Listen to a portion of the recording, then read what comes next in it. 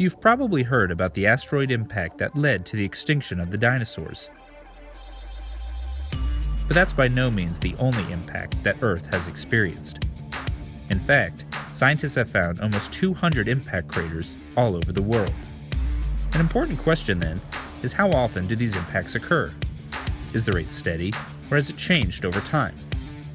If we play back the impacts that have occurred over the last 650 million years, we find that the impact rate seems to speed up at around 290 million years ago.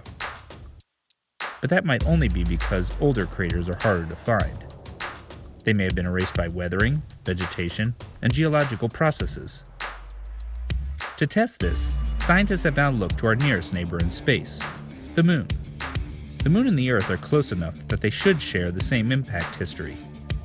But the Moon isn't subject to the forces that might erase impact craters on Earth. Using rock abundance data from the Diviner instrument on the Lunar Reconnaissance Orbiter, scientists were able to catalog and date the large, relatively young lunar craters, the ones that formed in just the last billion years. And when they plot those over time, they see the same speed up at around 290 million years ago.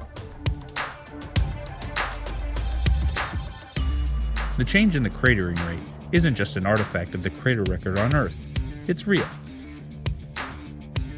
The Moon is like a time capsule, preserving the geological history of the Earth-Moon system.